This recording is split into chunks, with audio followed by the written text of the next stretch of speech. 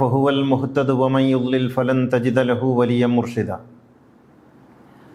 أشهد أن لا إله إلا الله وحده لا شريك له وأشهد أن نبينا محمدا عبده ورسوله أرسله بالهدى ودين الحق ليظهره على الدين كله ولو كره المشركون اللهم صل على رسولك سيدنا محمد وعلى آل سيدنا محمد اللهم بارك على سيدنا محمد وعلى آل سيدنا ومولانا وحبيبنا ومنجينا وهادينا ومرشدنا وشفيعنا وإمامنا وقدوتنا وقرة أعيننا محمد كما صليت وباركت على خليلك إبراهيم وعلى آل خليلك إبراهيم إنك حميد مجيد يا أيها الذين آمنوا اتقوا الله حق تقاته فلا تموتن إلا وأنتم مسلمون أعوذ بالله من الشيطان الرجيم بسم الله الرحمن الرحيم شهر رمضان الذي أنزل فيه القرآن هدى للناس وبينات من الهدى والفرقان فمن شهد منكم الشهر فليصم ومن كان مريضا أو على سفر فعدة من أيام أخر يريد الله بكم اليسر ولا يريد بكم العسر ولتكملوا العدة ولتكبروا الله على ما هداكم ولعلكم تشكرون. ബഹുമാന്യരായ സഹോദരന്മാരെ, സഹോദരികളെ, ജീവിതത്തിൽ സൂക്ഷ്മതയും ശ്രദ്ധയും പാലിച്ച് തഖ്വയോടെ ജീവിക്കണമെന്ന് എന്നെയും നിങ്ങളെയും ഉണർത്തുകയാണ്. അള്ളാഹു നമ്മെ എല്ലാവരെയും സജ്ജനങ്ങളിൽ ഉൾപ്പെടുത്തി അനുഗ്രഹിക്കുമാറാകട്ടെ. റമദാൻ ഒന്നാമത്തെ വെള്ളിയാഴ്ചയാണ് ഇത്.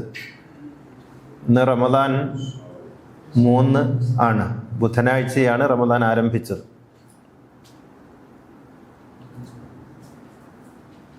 മുമ്പ് ഒരു ഖുത്ബയിൽ ഞാൻ പറഞ്ഞിരുന്നു, റമദാനിന് സ്വയം മഹത്വം ഇല്ല, മറിച്ച് ഖുർആൻ അവതീർണമായി എന്നുള്ളതാണ് റമദാനിൻ്റെ മഹത്വത്തിൻ്റെ ഹേതു. ഏത് കാലവും ഏത് ദേശവും സ്വയം മഹത്വമുള്ളതല്ലെന്നും അതിൽ നടക്കുന്ന സംഭവങ്ങളെ ആസ്പദമാക്കിയാണ് കാലവും ദേശവും മഹത്വപ്പെടുന്നത് എന്നുമാണ് അന്ന് നാം പറഞ്ഞത്. ഖുർആനാണ് റമദാനിൻ്റെ മഹത്വത്തിൻ്റെ ആധാരം എന്ന് വരുമ്പോൾ, റമദാനിൻ്റെ മഹത്വം എടുക്കാൻ വേണ്ടി അല്ലെങ്കിൽ റമദാനിൻ്റെ പോരിശ സ്വന്തമാക്കാൻ വേണ്ടി ആഗ്രഹിക്കുന്ന ആളുകൾ ഒന്നാമതായി ചെയ്യേണ്ടത് ഖുർആനിനെ ഉൾക്കൊള്ളുക എന്നുള്ളതാണ്. ഖുർആനിനെ ഒഴിവാക്കിക്കൊണ്ട് റമദാനിന് മഹത്വമില്ല. അപ്പോൾ ഖുർആനിനാണ് മഹത്വം. ഈ മഹത്വം എന്ന് പറയുന്നത് എന്തോ ഒരു അത്ഭുത ശക്തിയുള്ള ഒരു സംഗതിയാണ് എന്ന് വിചാരിക്കുന്നുണ്ട് ആളുകളൊക്കെ. ഖുർആനിൻ്റെ മഹത്വം എന്ന് പറഞ്ഞാൽ ഖുർആൻ ഖത്തം തീർക്കലാണ്, ഖുർആൻ ഓതലാണ്, ഖുർആൻ നോക്കിയിരിക്കലാണ്, ഇങ്ങനെയൊക്കെയാണ് അതിൻ്റെ മഹത്വം സിദ്ധിക്കുന്നത് എന്നാണ് വിചാരിക്കുന്നത്. ഒരിക്കലും അങ്ങനെയല്ല അതിൻ്റെ മഹത്വം. മറിച്ച് ഖുർആൻ ഏതൊരു സംഗതിയും, ഖുർആൻ എന്നല്ല, ലോകത്തുള്ള ഏതൊരു കാര്യവും എന്തിനാണോ അത് നൽകപ്പെട്ടിട്ടുള്ളത്, അല്ലെങ്കിൽ എന്തിനാണോ അത് ഉണ്ടാക്കപ്പെട്ടിട്ടുള്ളത്, എന്താണോ അതിൻ്റെ പർപ്പസ്, ഈ പർപ്പസ് നാം മനസ്സിലാക്കി ആ രീതിയിൽ അതിനെ ഉൾക്കൊള്ളുമ്പോഴാണ് നാം അതിനെ ആദരിക്കുന്നവരായി തീരുന്നത്. അപ്പോൾ ഖുർആനിൻ്റെ പർപ്പസ് എന്താണ്? ഖുർആനിൻ്റെ പർപ്പസ്, ഖുർആൻ പറയുന്നു, ഷഹ്റു റമദാൻ അല്ലദീ ഉൻസില ഫീഹിൽ ഖുർആൻ ഹുദൽ ലിന്നാസി വബയ്യിനാത്തിൻ മിനൽ ഹുദാ വൽ ഫുർഖാൻ. ഇത് മനുഷ്യ സമൂഹത്തിന്, മാനവകുലത്തിന് മാർഗദർശനം നൽകാനുള്ള വജസ്സുകളാകുന്നു എന്നാണ്. അപ്പം മനുഷ്യ സമൂഹത്തെ നേർവഴിയിലേക്ക് നയിക്കുക എന്നുള്ളതാണ് ഖുർആനിൻ്റെ ലക്ഷ്യം. അതാണ് ഖുർആനിൻ്റെ പർപ്പസ്. ഖുർആൻ അല്ലാതെ നിങ്ങളത് ഓതിയിട്ട് കൂലി നേടണം, ഓതിയിട്ട് കൂലി വാങ്ങണം, ഓതിയിട്ട് നിങ്ങൾക്കങ്ങ് രക്ഷപ്പെട്ട് കളയാം എന്നൊന്നും ഖുർആൻ പറഞ്ഞിട്ടില്ല. ഖുർആനിൻ്റെ ലക്ഷ്യവും അതല്ല. നിങ്ങൾ ഓതുന്നുണ്ടോ, ഹത്തം തീർക്കുന്നുണ്ടോ, അത് വായിക്കുന്നുണ്ടോ, നോക്കിയിരിക്കുന്നുണ്ടോ എന്നുള്ളതൊന്നും നമ്മുടെ ചർച്ചാ വിഷയമല്ല. അതെന്തു ആവാം. പക്ഷേ ഖുർആനിൻ്റെ പർപ്പസ് അത് ഓതുക എന്നുള്ളതല്ല, മറിച്ച് അത് വായിക്കുക എന്നുള്ളതാണ്, വായിച്ച് മനസ്സിലാക്കുക എന്നുള്ളതാണ്. ഖിറാഅത്ത് എന്ന വാക്കിൻ്റെ അർത്ഥം ഇഖ്റഅ ബിസ്മി റബ്ബിക്കല്ലദീ ഖലഖ്. ഖിറാഅത്ത് എന്ന വാക്കിൻ്റെ അർത്ഥമറിഞ്ഞ് ഗ്രഹിച്ച് വായിക്കുക എന്നാണ്. അല്ലാതെ അർത്ഥമറിയാതെ ഓതിപ്പോവുക എന്ന് ആലം ദുനിയാവിൽ ഇന്നേ വരെ ഖിറാഅത്ത് എന്ന വാക്കിന് അർത്ഥമില്ല, അർത്ഥം ആരും പറഞ്ഞിട്ടുമില്ല. അർത്ഥമറിയാതെ ഓതിപ്പോകാൻ ലോകത്തൊരു പുസ്തകവും എഴുതപ്പെട്ടിട്ടില്ല, ഇറക്കപ്പെട്ടിട്ടുമില്ല. നിങ്ങൾ കേട്ടിട്ടുണ്ടോ ബൈബിള് അർത്ഥമറിയാതെ വായിച്ചു പോകണമെന്ന് ഏതെങ്കിലും ഒരു പാതിരി പ്രസംഗിക്കുന്നതായിട്ട് നിങ്ങൾ കേട്ടിട്ടുണ്ടോ? അർത്ഥമറിയാതെ വായിക്കേണ്ടതാണ് രാമായണമെന്നോ ഗീതയെന്നോ പറയുന്നത് നിങ്ങൾ കേട്ടിട്ടുണ്ടോ? അർത്ഥമറിഞ്ഞ് മനസ്സിലാക്കി വായിക്കാനല്ലേ പറഞ്ഞിട്ടുള്ളത്. പിന്നെ ഖുർആനിൻ്റെ കാര്യത്തിൽ മാത്രം അർത്ഥമറിയാതെ വെറുതെ ഓതാനുള്ളതാണ് എന്നാരാണ് നമ്മെ പഠിപ്പിച്ചത്? യഥാർത്ഥത്തിൽ ഖുർആനിൻ്റെ ലക്ഷ്യങ്ങളിൽ നിന്ന് നമ്മെ വഴിതെറ്റിക്കാനും എന്നിട്ട് ഖുർആൻ ഉദ്ദേശിക്കുന്ന ഒരു സമൂഹം ഇവിടെ ഉണ്ടാകാതിരിക്കാനും വേണ്ടി ബോധപൂർവം ആരോ ഉണ്ടാക്കി വിട്ട ഒരു സംഗതിയാണ് ഖുർആൻ ഓതി തീർക്കാനുള്ളതാണ് എന്ന വാദം. യഥാർത്ഥത്തിൽ ഓതി തീർക്കാനുള്ളതല്ല. നിങ്ങൾ എത്ര ഖത്തം തീർത്തു, എത്ര ഖത്തം ഓതി എന്ന് ഏതായാലും പടച്ചോൻ നമ്മളോട് ചോദിക്കൂല. നാളെ പരലോകത്ത് നിങ്ങൾ എത്ര ഖത്തം ഓതി എന്ന് ചോദിക്കൂല. എന്നതുപോലെ നിങ്ങൾ ഇത്ര ഖത്തം ഓതിയോ എങ്കിൽ നിങ്ങൾക്ക് ഇന്ന കാര്യങ്ങളൊക്കെ ഉണ്ട് എന്നും പടച്ചോൻ പറയില്ല. കാരണം അതിനു വേണ്ടിയല്ലല്ലോ പടച്ചോൻ അത് തന്നത്. അത് വ്യക്തമായിട്ട് പറയുന്നുണ്ട്. നിങ്ങൾ ഫീഹി ബയ്യിനാത്തും മിനൽ ഹുദാ വൽ ഫുർഖാൻ, ഇത് സത്യാസത്യ വിവേചകമാണ്, സന്മാർഗ ദർശനമാണ്, ഇത് മനുഷ്യൻ്റെ എല്ലാ സാൻമാർഗികവും ധാർമ്മികവുമായ പ്രശ്നങ്ങൾക്കുള്ള പരിഹാരമാണ് എന്നൊക്കെ ഖുർആനിനെ സംബന്ധിച്ച് ഖുർആൻ പലയിടത്ത് പറയുന്നുണ്ട്. അപ്പം അത് മാത്രമേ ചോദിക്കുള്ളൂ. നാളെ പരലോകത്ത് പ്രവാചകൻ അള്ളാഹുവിനോട് പറയുന്നതായിട്ട് ഖുർആൻ പറയുന്നൊരു കാര്യമുണ്ട്. റബ്ബി ഇന്ന ഖൗമിത്തഖദൂ ഹാദൽ ഖുർആന മഹ്ജൂറ. അള്ളാഹുവെ, ഈ ഖുർആനിനെ എൻ്റെ സമൂഹം അവഗണിച്ചു കളഞ്ഞു. എന്താണ് ഈ അവഗണന എന്ന് പറഞ്ഞാൽ? ഓതാതിരിക്കുക എന്നാണോ? അല്ല, അത് ഒരു പട്ടിൽ പൊതിഞ്ഞ് കെട്ടിവെക്കാതിരിക്കുക എന്നാണോ? അല്ല. പിന്നെ എങ്ങനെയാണ് അവഗണിക്കുന്നത്? അവഗണിക്കുക എന്ന് പറഞ്ഞാൽ നിങ്ങളത് അതിൻ്റെ പർപ്പസ് മറന്നു പോകുന്നു, അത് വായിക്കാതെ ഗ്രഹിക്കാതെ പോകുന്നു എന്നുള്ളതാണ്. അപ്പോൾ വിശുദ്ധ ഖുർആൻ വായിച്ച് ഗ്രഹിച്ച് അർത്ഥം മനസ്സിലാക്കി ജീവിതത്തിൽ പകർത്താനുള്ളതാണ് എന്ന ബോധം നഷ്ടപ്പെടുമ്പോഴാണ് അതിനെ അവഗണിക്കുന്നു എന്ന വാക്ക് അത് ചേരുക. യഥാർത്ഥത്തിൽ ഇന്ന് മുസ്ലിം സമൂഹത്തെക്കുറിച്ച് നിങ്ങളൊന്ന് ആലോചിച്ച് നോക്കൂ. ഖുർആൻ നമ്മുടെ ജീവിതത്തിൽ എവിടെയാണുള്ളത്?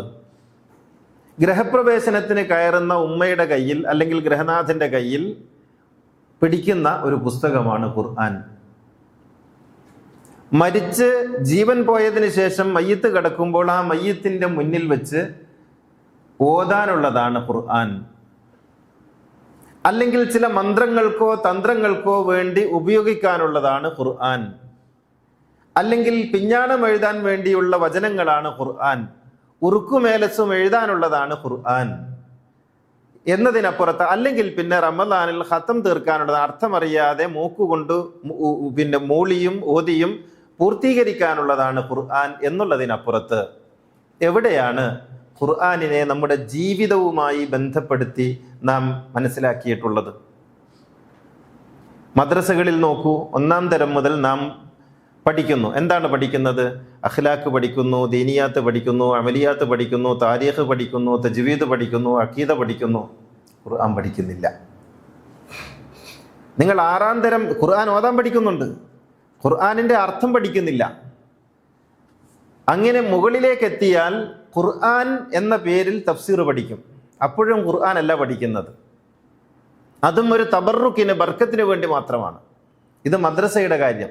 ഇനി ദർസിലിരിക്കട്ടെ, ദർസിൽ ഒരു കുട്ടിയെ കൊണ്ടുപോയി ചേർത്താൽ, മുസ്ലിയാരാകുന്നതിന് വേണ്ടി, മൗലവിയാകുന്നതിന് വേണ്ടി കൊണ്ടുപോയി ചേർത്താൽ അവിടെ നിങ്ങൾ മുത്തഫരീദ് പഠിക്കും, നൂറുൽ അബ്സാർ പഠിക്കും, ഫതുഹുൽ മുഈൻ പഠിക്കും, അംദ പഠിക്കും, പിന്നെ ജമ്മുൽ ജവാമി പഠിക്കും, മീസാൻ പഠിക്കും, അജ്നാസ് പഠിക്കും, ഖത്റുൻ നിദാ പഠിക്കും, അൽഫിയ പഠിക്കും, തഫ്സീർ പഠിക്കുന്നത് തബറുക്കിന് അവസാനം. ഖുർആനില്ല, നമ്മുടെ സിലബസുകളിൽ എവിടെയും ഖുർആനില്ല. അപ്പോൾ ഖുർആൻ എന്ന് പറയുന്നത് വെറുതെ ഓതി തീർക്കാനുള്ള ഒരു പുസ്തകം എന്നുള്ള നിലക്കാണ് യഥാർത്ഥത്തിൽ നാം മനസ്സിലാക്കി വെച്ചിട്ടുള്ളത്. ഓതിയാൽ കൂലി കിട്ടും. ഈ കൂലി കണക്കാണല്ലോ എല്ലായിടത്തും പ്രശ്നമുള്ളത്. ഓതിയാൽ കൂലി കിട്ടും. ഈ കൂലി കണക്ക് പറഞ്ഞ് നമ്മളെ ആരൊക്കെയോ പറ്റിച്ചിട്ടുണ്ട്. യഥാർത്ഥത്തിൽ നിങ്ങൾ ഖുർആൻ ഒരു ഖത്തം തീർക്കുക എന്നുള്ളതല്ല, ഒരായത്ത് പഠിക്കുക എന്നുള്ളതായിരിക്കണം ലക്ഷ്യം. ഈ റമദാനിൽ അല്ലെങ്കിൽ എൻ്റെ ആയുസ്സിൽ ഞാൻ 10 ആയത്തെങ്കിലും അർത്ഥമറിഞ്ഞ് മനസ്സിലാക്കി വായിക്കും എന്ന് ശാഠ്യം പിടിക്കണം. അല്ലാതെ ഞാൻ ഇത്ര ഖത്തം അങ്ങ് തീർത്ത് കളയും, ഇത്ര പ്രാവശ്യം ഓതി തീർക്കും എന്നല്ല പറയേണ്ടത്, എന്നല്ല മനസ്സിലാക്കേണ്ടത്. അതുകൊണ്ട് കാര്യമൊന്നുമില്ല. കാരണം ഖുർആൻ അള്ളാഹു നമുക്ക് നൽകിയത് ഏത് ഉദ്ദേശത്തോടു കൂടിയാണോ ആ ഉദ്ദേശത്തെ അട്ടിമറിച്ചുകൊണ്ട് നിങ്ങൾക്കൊന്നും നേടാനില്ല. നമുക്കൊരു കാര്യവും അതിൽ കിട്ടാനുമില്ല. നിങ്ങൾ ആലോചിച്ച് നോക്കൂ, ഒരു രോഗി ഡോക്ടറുടെ അടുത്ത് പോകുന്നു, ഡോക്ടറുടെ അടുത്ത് പോയിട്ട് രോഗം പറയുന്നു, എന്നിട്ട് ഡോക്ടർ ഒരു മരുന്ന് കുറിച്ച് കൊടുക്കുന്നു. ഈ മരുന്ന് കുറിച്ച് കൊടുത്തിട്ട് ഈ ലിസ്റ്റ് ഇയാൾ ഇങ്ങനെ വായിക്കുന്നു, പാരാസെറ്റമോൾ എന്നിങ്ങനെ വായിച്ച് വായിച്ച് തീർന്നാൽ ഇയാളുടെ രോഗം മാറുമോ? ഇല്ല. മറിച്ച് അതിലെഴുതിയത് പ്രകാരം മരുന്ന് വാങ്ങുകയും പരിശോധിക്കേണ്ടത് പരിശോധിക്കുകയും റിസൾട്ട് കിട്ടേണ്ടത് കിട്ടുകയും എന്നിട്ട് അതിനനുസരിച്ച് പ്രതിവിധി ചെയ്യുമ്പോഴല്ലേ ഇയാളുടെ രോഗം മാറുന്നത്. ഇതുപോലെ മനുഷ്യ സമൂഹത്തെ ഗ്രസിച്ചിരിക്കുന്ന അധാർമികത എന്ന രോഗത്തിന് മരുന്നായിട്ടാണ് പടച്ച തമ്പുരാൻ വേദങ്ങൾ നൽകിയിട്ടുള്ളത്, ഖുർആൻ നൽകിയിട്ടുള്ളത്. അത് വായിച്ചിരിക്കാനുള്ളതല്ല, മറിച്ച് ഗ്രഹിച്ച് ജീവിതത്തിൽ പകർത്താനുള്ളതാണ്. പടച്ചവൻ നൽകിയ കത്ത് എന്നാണ് ഖുർആനിനെ കുറിച്ച് പറയേണ്ടത്. ഈ കത്ത് നാം വായിച്ച് മനസ്സിലാക്കാനുള്ളതാണല്ലോ. നമുക്ക് നമ്മുടെ പ്രിയപ്പെട്ട ഒരാളൊരു കത്ത് എഴുതുന്നു. ഈ കത്ത് എഴുതുമ്പോൾ നാം അത് കെട്ടിപ്പൂട്ടി അട്ടത്ത് വെക്കുമോ? അതല്ല നമ്മുടെ ഒരു വിശുദ്ധം എന്ന് കരുതി എവിടെയെങ്കിലും കൊണ്ടുപോയി വെക്കുമോ? ഇല്ല. മറിച്ച് അത് പൊട്ടിച്ച് അതിനകത്തുള്ളത് എന്തെന്ന് വായിക്കണം. നോക്കൂ, നിങ്ങൾ 5 നേരമോ 10 നേരമോ 20 നേരമോ പിന്നെ തറാവീഹോ സുന്നത്തോ തസ്ബീഹോ ഒക്കെ ആയിട്ട് ഒരുപാട് നിസ്കരിക്കുന്നവരാണല്ലോ നമ്മളൊക്കെ.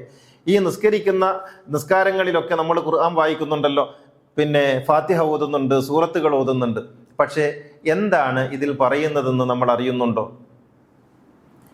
അതിൻ്റെ അർത്ഥം എന്തെന്ന്, അതിൻ്റെ ഉള്ളറകൾ എന്തെന്ന് നമ്മൾ മനസ്സിലാക്കുന്നുണ്ടോ? ഇല്ലെങ്കിൽ പിന്നെ ഇതെങ്ങനെയാണ്?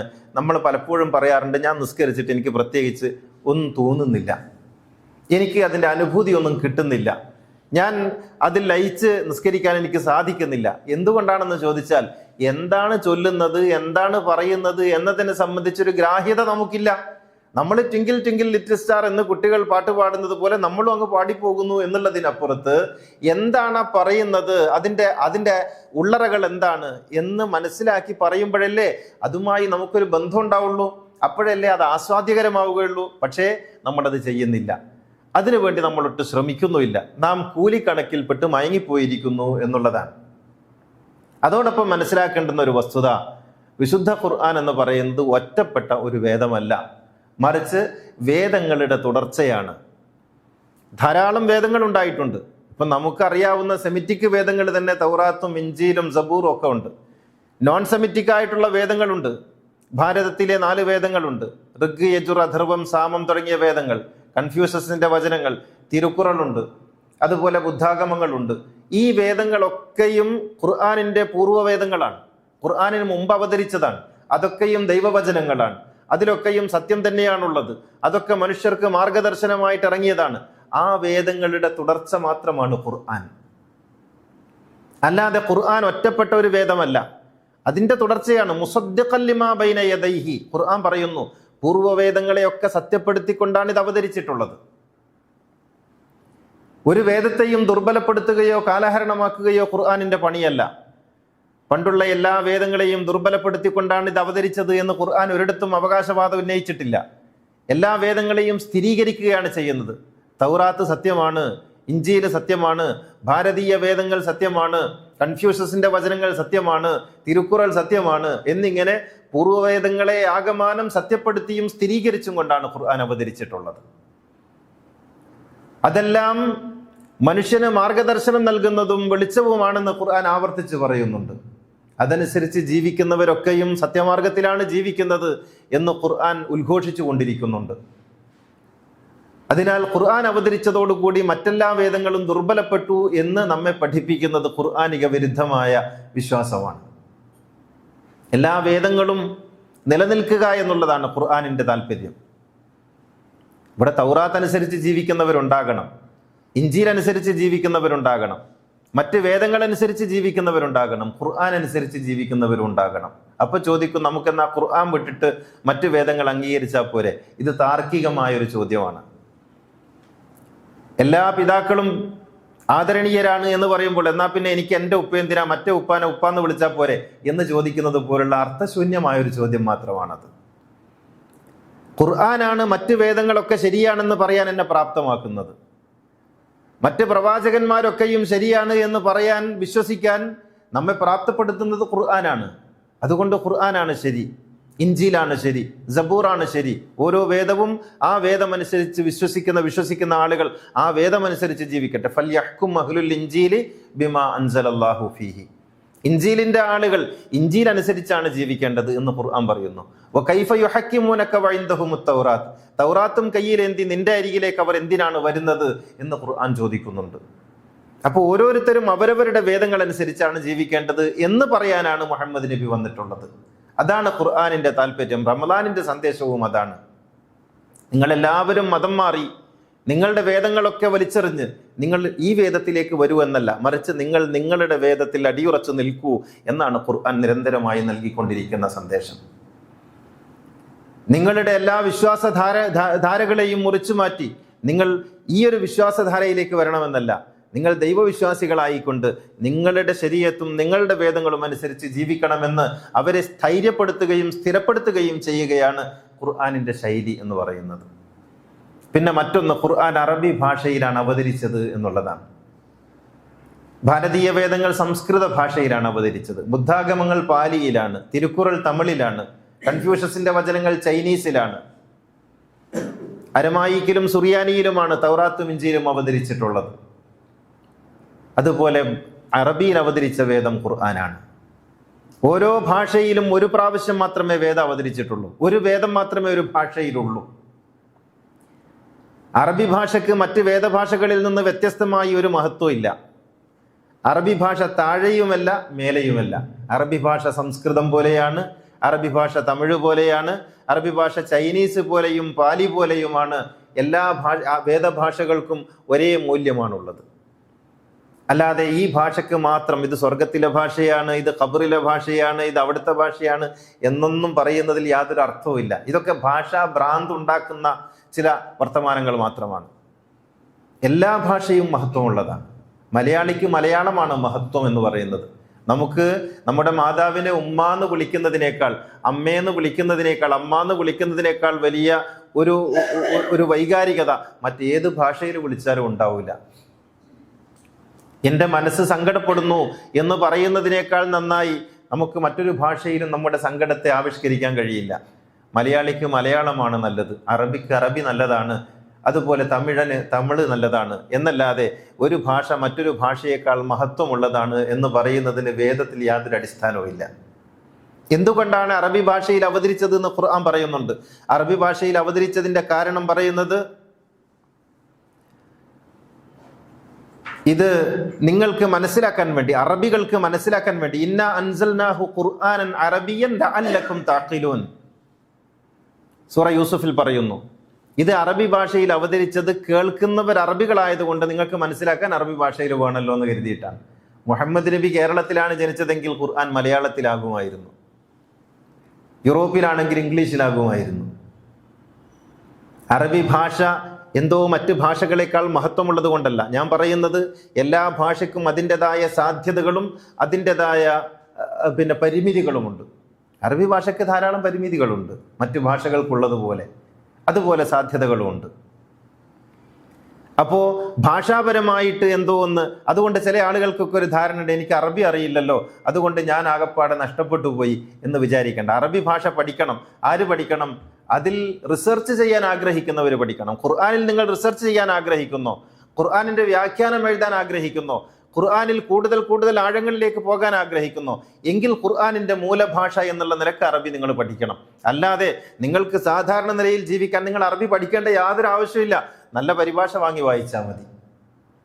അല്ലെങ്കിൽ നിങ്ങൾക്ക് ഇപ്പോൾ ഈ ആധുനിക യുഗത്തിൽ നിങ്ങളുടെ കയ്യിലുള്ള മൊബൈൽ എന്ന് പറയുന്ന ഡിവൈസിലൂടെ തന്നെ നിങ്ങൾക്ക് പഠിക്കാം. അറബി ഭാഷയൊക്കെ കൂടി പഠിച്ച് എല്ലാം അറബി ഭാഷ പഠിച്ചാലേ മനസ്സിലാകൂ എന്നുണ്ടെങ്കിൽ പടച്ചോൻ നമ്മളോട് അനീതി ചെയ്യുന്നു എന്നല്ലേ അർത്ഥം?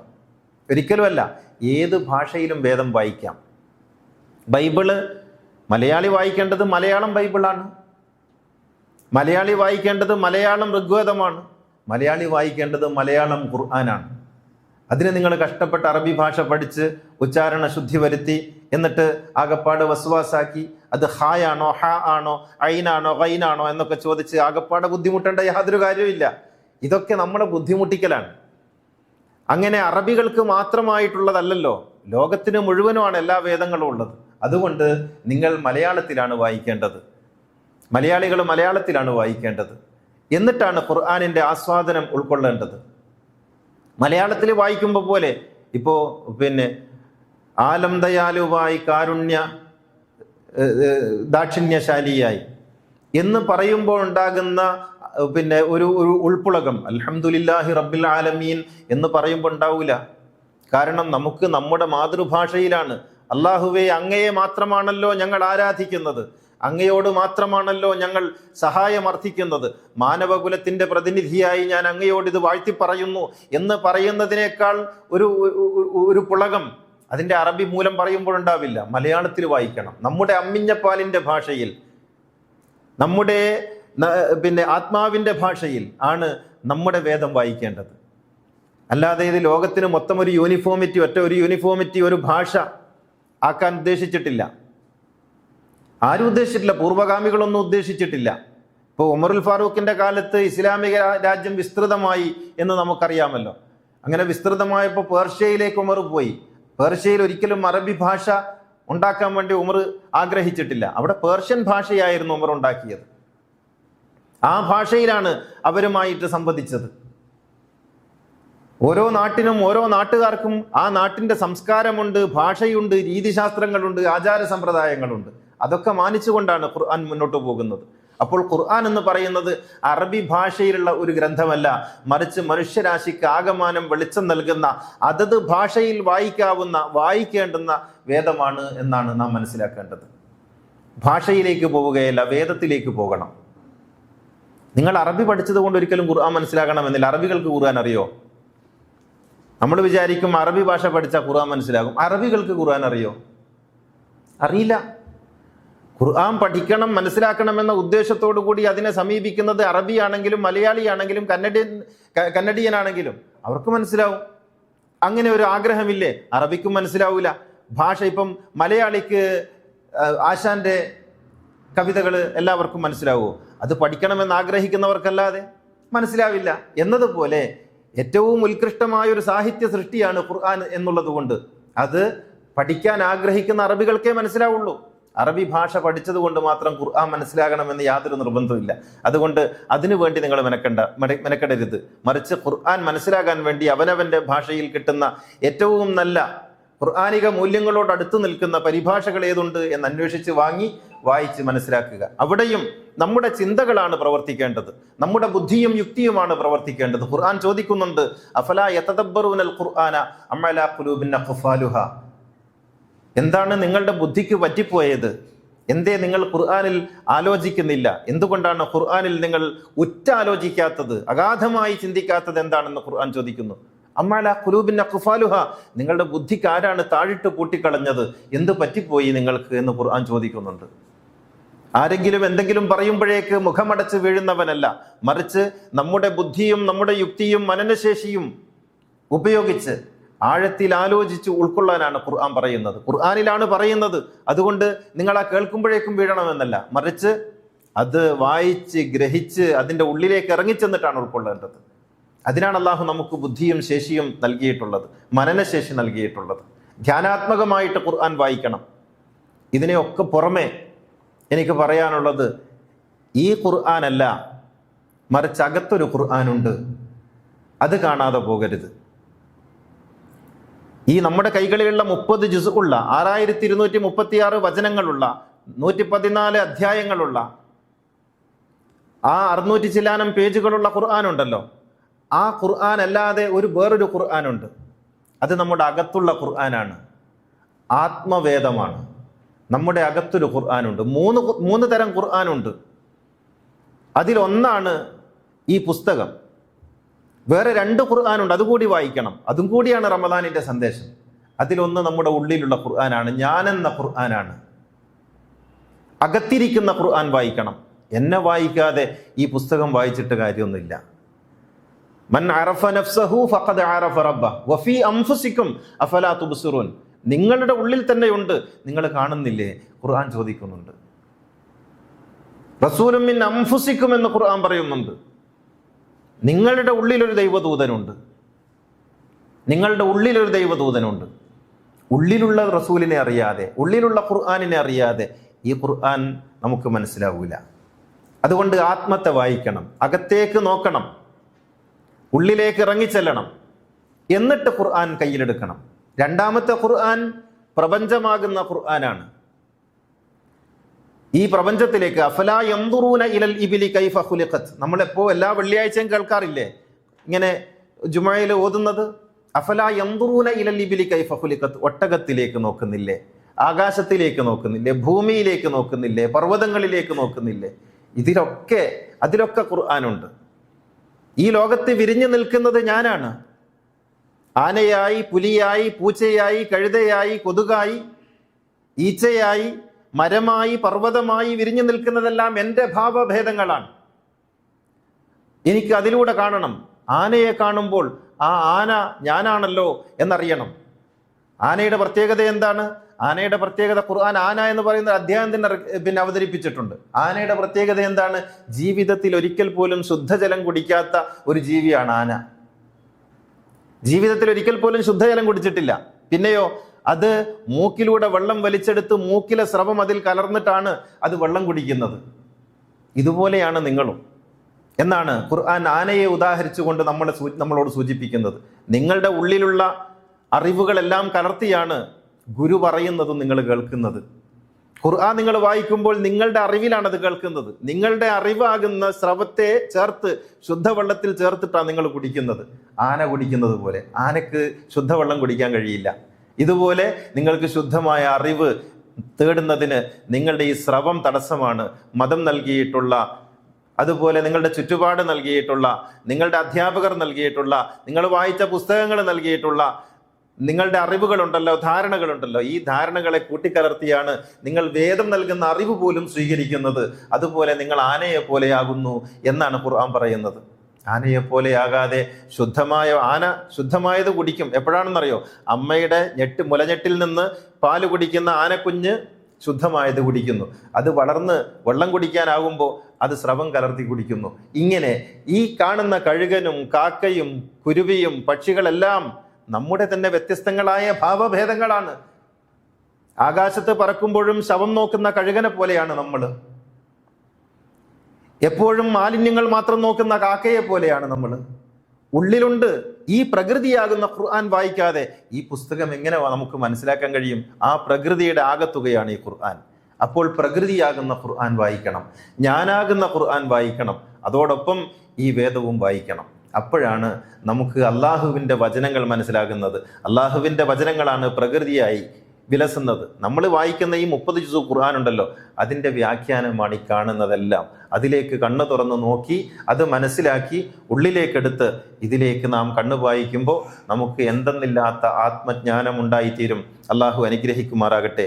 അഖൂലു ഖൗലി ഹാദാ വ അസ്തഗ്ഫിറുല്ലാഹൽ അദീമ ലി വലക്കും വ അസ്തഗ്ഫിഹി അന്നി വ അൻകും വ അൻ ജമീഇൽ മുസ്ലിമീന വൽ മുഅ്മിനീന അജ്മഈന ഫസ്തഗ്ഫിറൂഹു ഇന്നഹു ഹുവൽ ഗഫൂറുർ റഹീം. അൽഹംദുലില്ലാഹില്ലദീ ഹദാനാ ലിഹാദാ വമാ കുന്നാ ലിനഹ്തദിയ ലൗലാ അൻ ഹദാനല്ലാഹ്. അസ്സലാത്തു വസ്സലാമു അലാ സയ്യിദിനാ മുഹമ്മദിൻ സയ്യിദിൽ കൗനൈൻ മഹ്ബൂബി റബ്ബിൽ മശ്രിഖൈനി വൽ മഗ്രിബൈൻ ഖാതമിൽ അംബിയാഇ സയ്യിദിൽ മുർസലീൻ മുറാദിൽ മുഷ്താഖീൻ മഹ്ബൂബിൽ ആശിഖീൻ ജദ്ദിൽ ഹസനി വൽ ഹുസൈൻ സാഹിബിൽ ഹറമൈനി വബ്നി ദബീഹൈൻ സയ്യിദിനാ മുഹമ്മദ് ഇബ്നി അബ്ദുല്ലാഹി ഇബ്നി അബ്ദുൽ മുത്തലിബ് സല്ലല്ലാഹു അലൈഹി വഅലാ ആലിഹി വസഹ്ബിഹി അല്ലദീന ജാഹദൂ ബിഅംവാലിഹിം ഫീ സബീലില്ലാഹ് വബാഉ നുഫൂസഹും ലിദീനിൽ ഹുദാ റളിയല്ലാഹു അൻഹും വറളു അൻഹു ദാലിക ലിമൻ ഖശിയ റബ്ബഹു. ഇന്നല്ലാഹ വമലായികതഹു യുസല്ലൂന അലൻ നബി യാ അയ്യുഹല്ലദീന ആമനൂ സല്ലൂ അലൈഹി വസല്ലിമു തസ്ലീമ. സഹോദര സഹോദരികളെ, തഖ്വയുള്ളവരായിരിക്കണമെന്ന് ഒന്നുകൂടി ഉണർത്തുകയാണ്. മനുഷ്യന് സഹജമായി സിദ്ധിക്കുന്ന ചില വിചാരങ്ങളുണ്ട്, ചില അറിവുകളുണ്ട്. ബൈബർത്ത് നമുക്ക് ലഭിക്കുന്ന അറിവുകളുണ്ട്. അത് മറ്റ് ജീവികളെ അപേക്ഷിച്ച് വളരെ കുറവാണ് മനുഷ്യന്. എങ്കിലും ഉണ്ട്. ഇത് പക്ഷെ വളരെ പരിമിതമാണ്. ആ പരിമിതിയെ നമ്മൾ മറികടക്കുന്നത് മറ്റുള്ളവരിൽ നിന്ന് അറിവ് ആർജിക്കുമ്പോഴാണ്. ഇപ്പോൾ ഉദാഹരണം, തീ കനൽ പൊള്ളും എന്നൊരു കുഞ്ഞിനറിയില്ല. അത് സുന്ദരമാണ് എന്ന് കുഞ്ഞിനറിയാം. അതുകൊണ്ട് തീക്കനൽ കണ്ടാൽ കുഞ്ഞ് പിടിക്കാൻ ചെല്ലും. അപ്പോൾ അത് പിടിക്കരുത്, അത് പൊള്ളുന്നതാണ്, തീയാണ് എന്ന് മറ്റുള്ളവർ പറഞ്ഞു കൊടുത്ത് ഈ കുട്ടിക്കറിയാം. അപ്പോൾ സഹജമായ അറിവിൻ്റെ പരിമിതികളെ ആർജിതമായ അറിവ് കൊണ്ട് മറികടക്കും. പക്ഷെ ആർജിതമായ അറിവ് കൊണ്ടും പ്രത്യേകിച്ച് എല്ലാ കാര്യങ്ങളും മനസ്സിലാക്കാൻ കഴിയില്ല. അതിനും ധാരാളം പരിമിതികളുണ്ട്. ആർജിതമായ അറിവാണ് മേലെ കാണുന്ന അമ്പിളി മാമൻ, അത് അമ്പിളി മാമനാണ്, നമുക്കത് പിടിക്കാൻ കഴിയുമെന്നൊക്കെ വിചാരിക്കുന്നത് അങ്ങനെയാണ്. അതിനപ്പുറത്ത് അതിനെ മറികടക്കാൻ കഴിയുന്നത് മനുഷ്യൻ്റെ ബുദ്ധി കൊണ്ടാണ്. അത് അമ്പിളി മാമൻ എന്ന് പറഞ്ഞാൽ ഒരു മാമനല്ല, അതൊരു ഗ്രഹമാണ്, ഉപഗ്രഹമാണ്, അത് ഇങ്ങനെ വട്ടത്തിലാണ്, അതിങ്ങനെ കറങ്ങിക്കൊണ്ടിരിക്കുന്നുണ്ട് എന്നുള്ളതൊക്കെ നാം ബുദ്ധി കൊണ്ട് ചിന്തിച്ചും നമ്മുടെ അറിവുകൾ വെച്ച് ആലോചിച്ചുമൊക്കെ മനുഷ്യൻ കണ്ടെത്തും. പക്ഷേ ബുദ്ധിക്കും പരിമിതിയുണ്ട്. ബുദ്ധിയുടെ പരിമിതിയെ മറികടക്കാൻ മനുഷ്യന് അവലംബിക്കാൻ കഴിയുന്ന ഒരേ ഒരു വഴി വെളിപാടാണ്. അപ്പോൾ സഹജമായ സിദ്ധികളുടെ പരിമിതികളെ ആർജിതമായ അറിവ് കൊണ്ട് മറികടക്കും. ആർജിതമായ അറിവിൻ്റെ പരിമിതികളെ ബുദ്ധിയുടെ ശേഷി കൊണ്ട് മറികടക്കും. ബുദ്ധിയുടെ പരിമിതികളെ മറികടക്കാനാണ് വെളിപാട്, അല്ലെങ്കിൽ ഗുരുക്കന്മാരുടെ വചനങ്ങൾ, മൊഴികൾ, അല്ലെങ്കിൽ വേദങ്ങൾ എന്നൊക്കെ നമ്മൾ പറയുന്ന അതീന്ദ്രിയമായ ജ്ഞാനത്തെ അവലംബിക്കുന്നത്. ഇത് എല്ലാവരും സമ്മതിച്ചു തരണമെന്നില്ല. സമ്മതിക്കാത്തവർക്ക് ബുദ്ധിയുടെ തലത്തിൽ തന്നെ നിലകൊള്ളാവുന്നതാണ്. പക്ഷേ അങ്ങനെയല്ല, ബുദ്ധിക്ക് പരിമിതിയുണ്ട് എന്ന് സമ്മതിക്കുന്നവർക്ക് ഈ ആറാമിന്ദ്രിയമെന്നോ അതീന്ദ്രിയ ജ്ഞാനമെന്നോ ഒക്കെ പറയുന്ന തലങ്ങളിലേക്ക് പോയേ പറ്റൂ. അത്തരത്തിലുള്ള അതീന്ദ്രിയമായ ജ്ഞാനത്തിൻ്റെ വെളിപ്പെടലിൻ്റെ ഒരു സമാഹാരമാണ് ഖുർആൻ എന്ന് പറയുന്നത്. അത് നമ്മുടെ ചിന്തകൾക്കോ ബുദ്ധിക്കോ അല്ലെങ്കിൽ ആലോചിച്ചുണ്ടാക്കാൻ സാധിക്കുന്നതോ ആയിട്ടുള്ള ഒരറിവല്ല, മറിച്ച് അതിനപ്പുറത്തുള്ള അതീന്ദ്രിയമായ ജ്ഞാനത്തിൽ നിന്ന് ഉറവയെടുത്ത അറിവിൻ്റെ സമാഹാരമാണ്. അതിനെ ആ അർത്ഥത്തിൽ തന്നെ സമീപിക്കേണ്ടതുണ്ട്. എങ്കിലേ അത് നമ്മുടെ ഉള്ളിൽ പ്രവർത്തിച്ചു തുടങ്ങുകയുള്ളൂ എന്നാണ് ഞാൻ പറഞ്ഞതിൻ്റെ അർത്ഥം. പ്രിയമുള്ളവരെ, ഈ ഖുതുബയിൽ എനിക്ക് നിങ്ങളുടെ മുമ്പാകെ വെക്കാനുള്ള ഒരപേക്ഷ, അകമ്പൊരുൾ പ്രവർത്തിക്കുന്നത്, ഇപ്പം ഈ ഒരു സംവിധാനത്തിലൊക്കെ പ്രവർത്തിക്കുന്നതിന് ധാരാളം പണം ആവശ്യമുണ്ട്. ഖുതുബയിലൊക്കെ ഇത് പറയാൻ പ്രയാസമുണ്ടെങ്കിലും എൻ്റെ മുന്നിലിരിക്കുന്ന നിങ്ങളും ഇത് ഓൺലൈനിലൂടെ കേൾക്കുന്നവരൊക്കെ നിങ്ങളുടെ ഫണ്ടിൽ നിന്ന്, ദാന ഫണ്ടിൽ നിന്ന് ഒരു നല്ല തുക അകമ്പൊരുളിലേക്ക് നൽകി അകമ്പൊരുളിൻ്റെ പ്രവർത്തന ഫണ്ട് സമൃദ്ധമാക്കണം എന്നപേക്ഷിക്കുകയാണ്. ഈ റമദാനിലെങ്കിലും നമ്മൾ പിരിച്ചെടുത്താൽ അടുത്ത ഒരു 5-6 മാസത്തേക്കുള്ള അല്ലെങ്കിൽ 5-8 മാസത്തേക്കുള്ള ഒരു പ്രവർത്തനം സ്മൂത്തായിട്ട് നടക്കും. വരിസംഖ്യ എന്ന് പറയുന്നത് എപ്പോഴും നമുക്ക് അവലംബിക്കാവുന്ന ഒരു സ്രോതസ്സല്ല. അതുകൊണ്ട് ഇതിനൊരു ഫണ്ട് ഉണ്ടാക്കണം. അതിൻ്റെ ഒരു സമാഹാരം ഈ റമദാനിൽ ഉദ്ദേശിക്കുന്നുണ്ട്. അതുകൊണ്ട് നിങ്ങളുടെ ദാന ഫണ്ടിൽ നിന്ന് ഒരു വലിയ സംഖ്യ അകമ്പൊരുളിന് നൽകി എല്ലാവരും സഹകരിക്കണം എന്നപേക്ഷിക്കുകയാണ്. അതോടൊപ്പം റമദാനിലെ എല്ലാ ദിവസങ്ങളിലും ഇവിടെ ഇഫ്താറുണ്ട്. ഇഫ്താർ ഓരോ ദിവസം ഓരോരാൾ സ്പോൺസർ ചെയ്യുകയാണ്. അത് സ്പോൺസർ ചെയ്യാൻ ആഗ്രഹിക്കുന്നവർക്ക് അങ്ങനെയുമാകാം. അള്ളാഹു അനുഗ്രഹിക്കട്ടെ. അല്ലാഹുമ്മ ഗ്ഫിർ ലിൽ മുഅ്മിനീന വൽ മുഅ്മിനാത്ത് വൽ മുസ്ലിമീന വൽ മുസ്ലിമാത്ത് അൽ അഹ്യാഇ മിൻഹും വൽ അംവാത്ത് ഇന്നക മുജീബുദ് ദഅവാതി വഖാദിൽ ഹാജാത്ത് طيب ثراهم وجعل الجنة مأواهم ربنا آتنا في الدنيا حسنة وفي الآخرة حسنة وقنا عذاب النار ربنا اغفر لنا ولإخواننا الذين سبقونا بالإيمان ولا تجعل في قلوبنا غلا للذين آمنوا ربنا إنك رؤوف رحيم വആഖിറു ദുആഇ അൽഹംദുലില്ലാഹ്.